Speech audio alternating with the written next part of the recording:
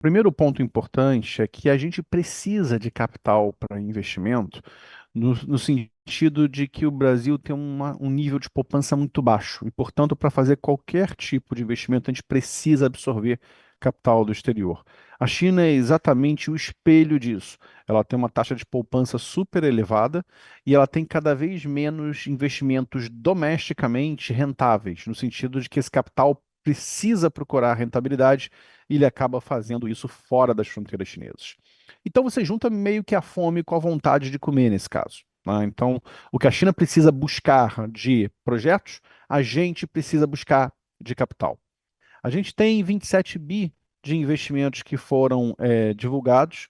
Sempre temos que tomar algum cuidado, porque existe um padrão usual de divulgação de investimento não se traduzir em investimento de fato, até porque os prazos são muito dilatados, então não necessariamente tudo que foi divulgado nos últimos dias vai virar de fato um investimento novo na economia brasileira, mas são entradas de capital inequivocamente bem-vindas, tá?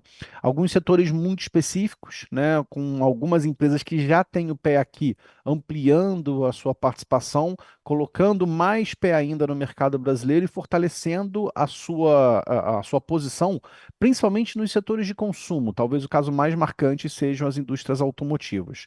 Então, assim, é bem-vindo, são investimentos em setores estratégicos, automotivo, tem energia, tem infraestrutura.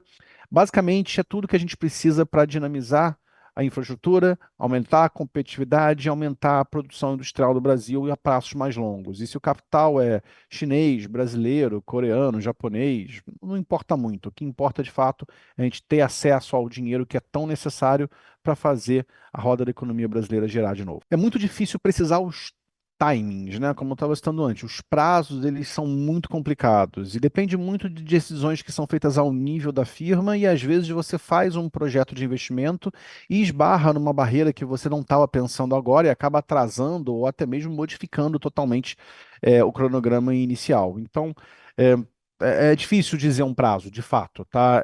Não são coisas imediatas, isso é muito importante a gente ter na cabeça. Investimentos nunca são feitos de um mês para o outro ou de um semestre para o outro. Tipicamente são coisas que são diluídas no decorrer pelo menos de ano e até mais do que isso.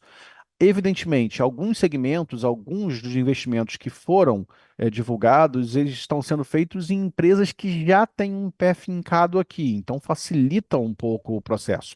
Mas nunca esperemos que o resultado de investimentos esteja maturado num prazo menor do que um ano, 2 anos. A regra não é essa e dessa vez não vai ser diferente. Tipicamente, essas estimativas, elas são, vamos dizer, números iniciais. Tá?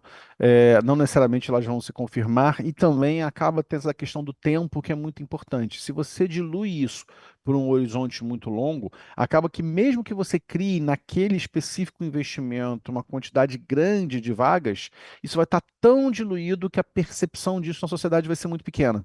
Então, esses números hoje, na verdade, de todos eles que são apresentados, talvez sejam os números tecnicamente mais frágeis. Não é dizer que eles estão errados, mas tem tanta coisa para mudar no meio do caminho que é muito difícil a gente precisar se as vagas geradas serão essas, pode ser mais, pode ser menos, pode ser o mesmo número, e no horizonte que a gente está discutindo, né? Se você dilui vagas em 10 anos, na verdade a percepção é muito pequena. Então, é, o número de investimento financeiro, ele é um número que existe. Se ele vai se transformar de fato num investimento efetivo, a discussão é um pouquinho diferente e a tradução disso para produção ou para emprego é ainda mais complicada da gente fazer.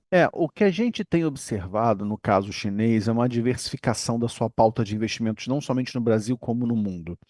Originalmente eram investimentos muito voltados para os setores mais básicos, commodities, insumos, depois migra para energia, depois migra para produção de bens de consumo, principalmente duráveis, mas eventualmente não duráveis, e depois começa a migrar para geração de valor, para desenho, para pesquisa e desenvolvimento, para geração de valor, tendo a cadeia chinesa, tendo a China no topo dessa cadeia. Tá? Então, o que a gente está vendo, na verdade, desse perfil de investimentos no Brasil é basicamente um menu de todos esses temas que eu acabei de citar, com mais concentração nos setores mais tradicionais, mas já o início de uma diversificação na direção dos setores que são mais de ponta.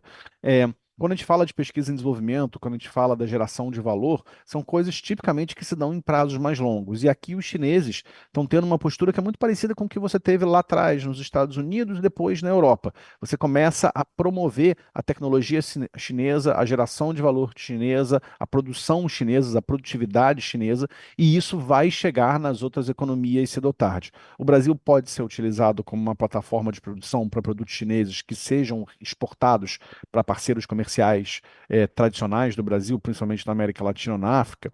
Pode, mas eu acho que esse é um processo que está bem lá na frente. Ó. A primeira coisa que a gente tem que observar hoje são os investimentos nos setores mais tradicionais e antes disso tudo, é essencial que a gente tenha investimentos em infraestrutura, porque não adianta nada você ter pesquisa em desenvolvimento, geração de valor adicionado, produtos mais sofisticados, se para chegar no porto e escoar a produção, você tem um super problema de logística que acaba tornando isso tudo muito mais caro. Então a gente ainda está numa fase inicial e esse menu de investimentos chineses também cobre isso, e essa é que é a parte importante no momento. SBT News, o maior canal de notícias do YouTube.